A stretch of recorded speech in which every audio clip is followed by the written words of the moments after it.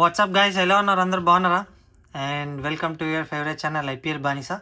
This is Akhilesh. And నిన్న night జరిగిన match super ఉంది కదా. SRH versus Punjab Kings.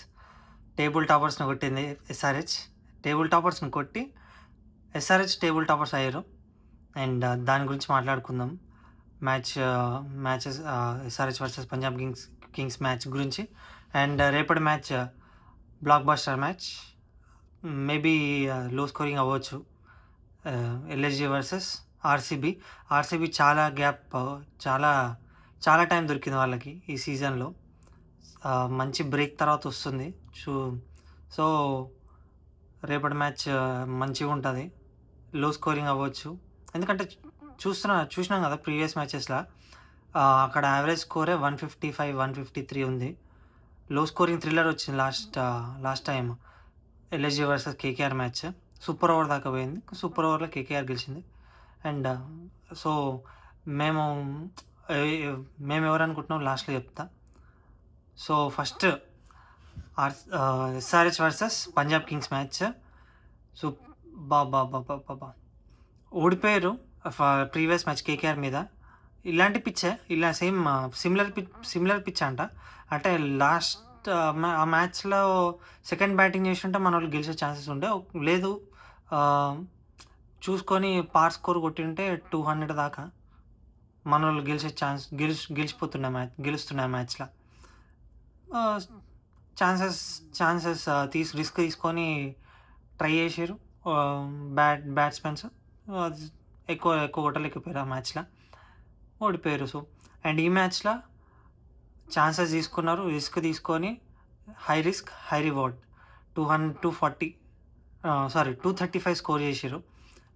ఏమన్నా బ్యాటింగ్ చేసిరా.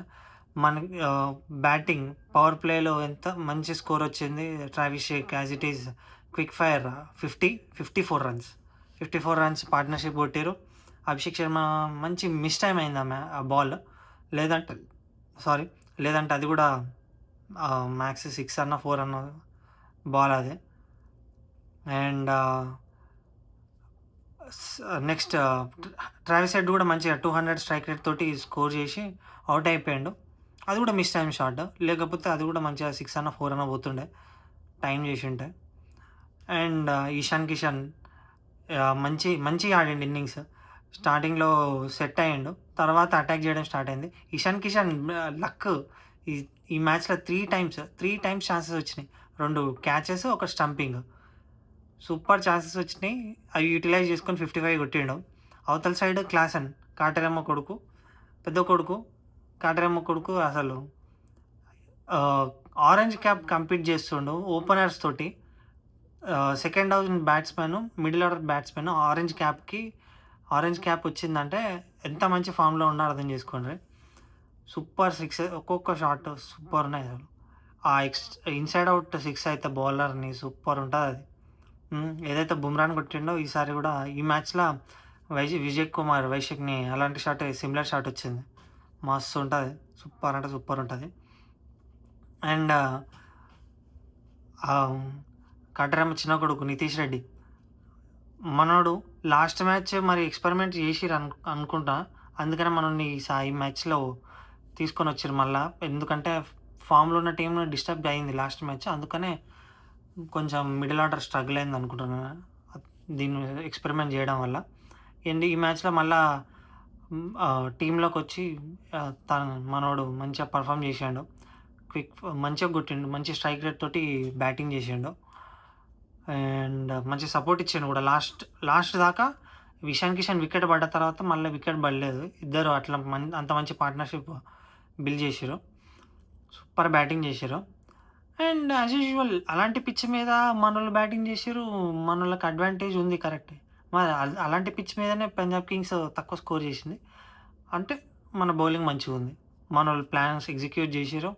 As it is catches drop కాలేదు. ఏవైతే వాళ్ళు 4 క్యాచ్లు డ్రాప్ అయినాయో పంజాబ్ కింగ్స్ వాళ్ళు డ్రాప్ చేసారు. మన వాళ్ళు ఒక్క క్యాచ్ కూడా డ్రాప్ చేసారు. కానీ అవన్నీ డిఫికల్ట్ క్యాచెస్. అప్పటికే మ్యాచ్ అయిపోయింది. క్యాచెస్ డ్రాప్ అయినాయి 2. అవి కూడా కూపర్ కాన్లేదే, కానీ high catches, difficult catches.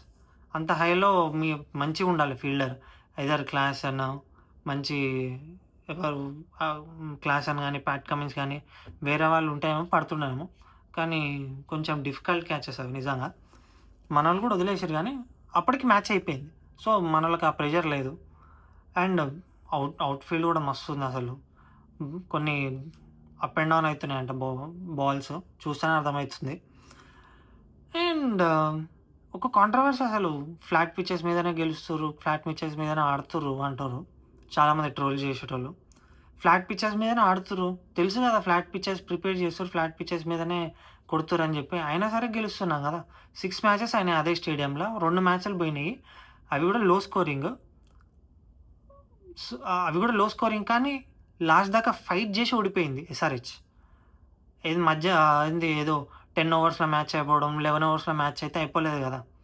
Last దాకా ఫైట్ జేసి మ్యాచ్‌ని మ్యాచ్ బోయింది.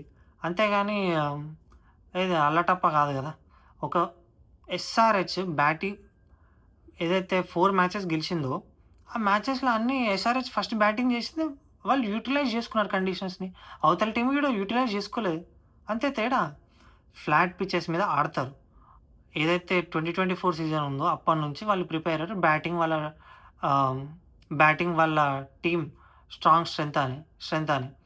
దాని మీదనే పిచ్‌లు ప్రిపేర్ చేస్తుర్రు, ఆడుతుర్రు. తప్పేముంది? బయట జీటీ గాని, సీఎస్‌కే గాని, ఆర్‌సీబీ గాని, ఢిల్లీ గాని, ఎల్ఐజీ గాని ఆ పిచ్‌లు చూడుర్రి. ఒక్కొక్క దగ్గర ఒక్కొక్కటి వాళ్ళ తగ్గట్టు వాళ్ళ స్ట్రాంగ్ అయిన ఏదైతే వాళ్ళు దేంట్లో అయితే వాళ్ళు స్ట్రాంగ్ ఉన్నారో, దాన్ని బట్టి వాళ్ళు పిచ్‌లు తయారు చేసి అవతల టీమ్‌కి ఆడమని చెప్తుర్రు. హ్మ్. నేను ఈ సీజన్ అది గమనించిన. ఇది అశ్విన్ పోడ్‌కాస్ట్ ఏదైతే ఉందో అది జూసి అర్థమైంది. ఒక టీము అవతల టీమ్‌ని హోమ్ టీము హోస్ట్ టీమ్‌కి ఏదైతే ఆడనీకొస్తుందో ఆ టీమ్‌కి వీళ్ళకి స్ట్రెంత్ తగ్గట్టు వాళ్ళ వీక్‌నెస్‌కి ఆళ్ళకేదైతే వీక్‌నెస్ ఉంటదో దానికి తగ్గట్టు పిచ్‌లు తయారు జేసి బౌలింగ్ చేస్తే బౌలింగ్ అంటే బౌలింగ్ పిచ్‌ని తయారు చేస్తారంట. బ్యాటింగ్ అంటే బ్యాటింగ్ పిచ్‌ని తయారు చేసి వీళ్ళు అది పిచ్‌ని యుటిలైజ్ చేసుకుంటారు. సో, అది అర్థం చేసుకున్నా. నేను అదే అంటున్నా. ఫ్లాట్ పిచెస్ మీద గాని మన స్ట్రెంత్ ఏంది ఎస్ఆర్‌హెచ్ స్ట్రెంత్ బ్యాటింగ్ స్ట్రెంత్. దాన్ని బట్టి పిచ్‌లు ప్రిపేర్ చేస్తూ, దాన్ని బట్టి మ్యాచ్‌లు గెలుస్తారు. తప్పేముంది దాంట్ల. ఒక మ్యాచ్ పోతది. అది స్లో అయితుంది pitch.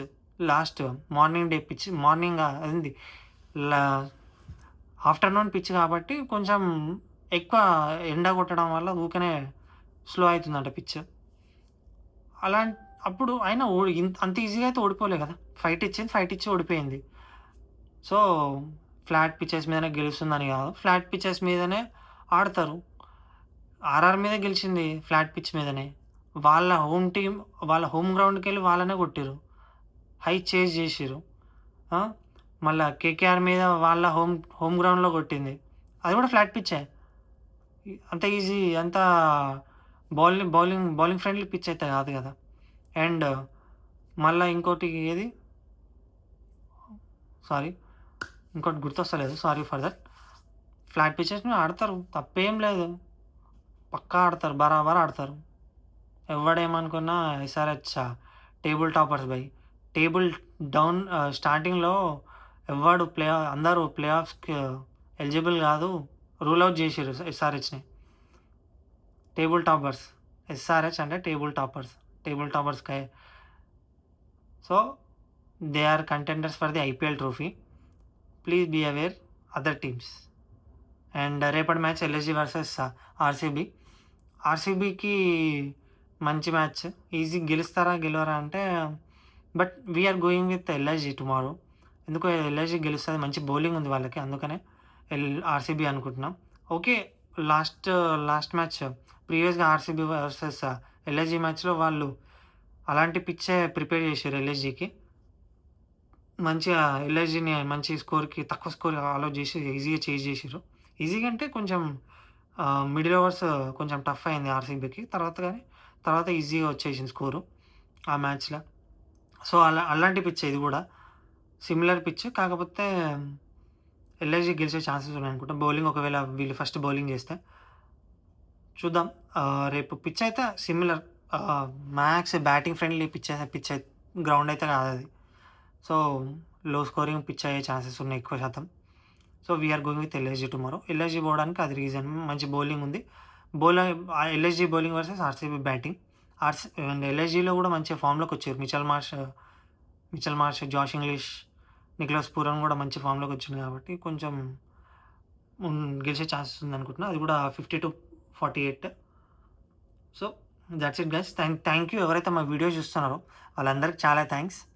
And please like, share, comment and subscribe. IPL బానిస. And see you tomorrow. Bye.